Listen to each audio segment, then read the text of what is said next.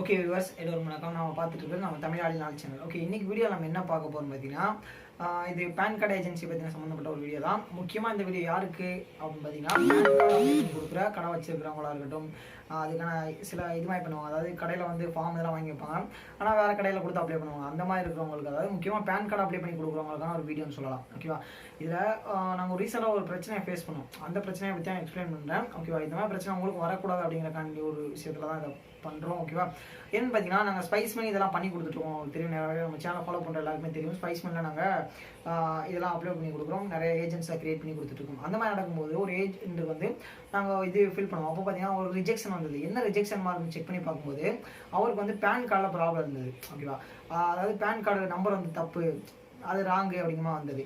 அதில் மறுபடியும் என்ன ஆச்சுன்னு பார்த்தீங்கன்னா, ஜஸ்ட்டு அவருடைய பேனில் ப்ராப்ளம் இருந்திருக்கு. நான் டேரெக்டாக ரீட்டெயிலரை கான்டாக்ட் பண்ணி பேசும்போது அவர் எப்படி பேன் கார்டு எடுத்தாருன்னா, இன்கம் டேக்ஸ் டிபார்ட்மெண்ட்டில் இ ஃபில்லிங் இருக்குல்ல, அந்த மெத்தடில் இ ஃபில்லிங் மெத்தடில் பார்த்தீங்கன்னா அவர் எடுத்திருக்காரு இன்ஸ்டன்ட் பேன் கார்டு அப்படின்னு சொல்லக்கூடிய உடனடி பேன் கார்டு அதை எடுத்திருக்காரு. ஓகேவா, அதில் என்ன ப்ராப்ளம் ஆச்சுன்னா, அதை வந்து கடைக்காரங்க என்ன பண்ணியிருக்காங்க, அதை ஒரு கார்டு பிளாஸ்டிக் கார்டு மாதிரி மேக் பண்ணி இந்த லேமினேஷன் மெத்தடில் பிளாஸ்டிக் கார்டு மாதிரி கொடுத்துருக்காங்க. ஓகேவா, நிறைய இடங்கள் இது மாதிரி பண்ணுறாங்க.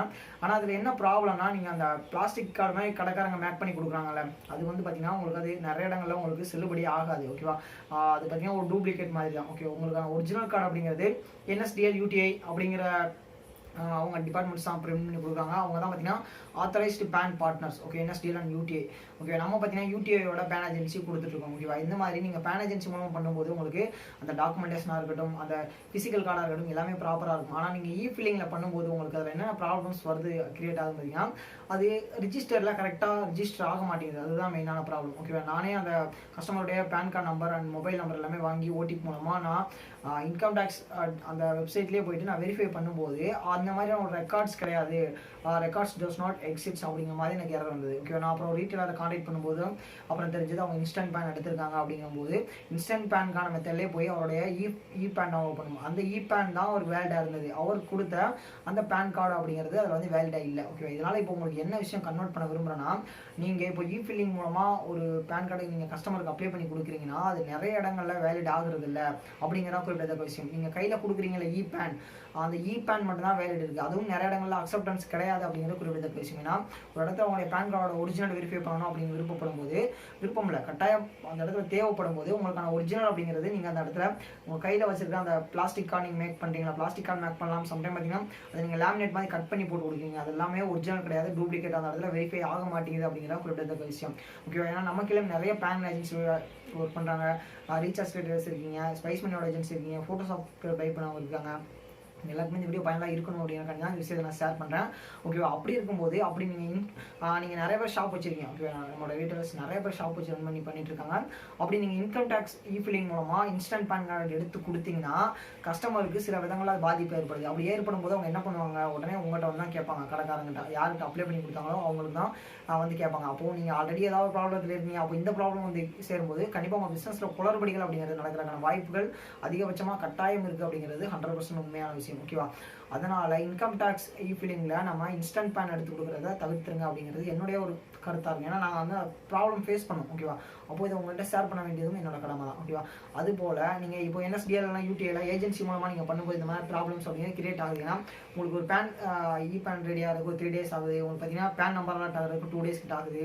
இது போல் ப்ராப்பராக டாக்குமெண்டேஷன் எல்லாமே நடக்குது. ஆனால் இன்கம் டேக்ஸ் இ ஃபில்லிங்கில் ஒரு 10 minutesல ஒரு 5 minutesல உங்களால் அந்த இ பேன் அப்படிங்கிறத எடுக்க முடியும். ஓகேவா, ஆனால் அது நிறைய இடங்களில் வேலிட் ஆக மாட்டேங்குது அப்படிங்கிறது தான் இதில் இருக்க பெரிய பிரச்சனைன்னு சொல்லலாம். ஓகேவா, அதுவும் போக அதில் சைன் வராது.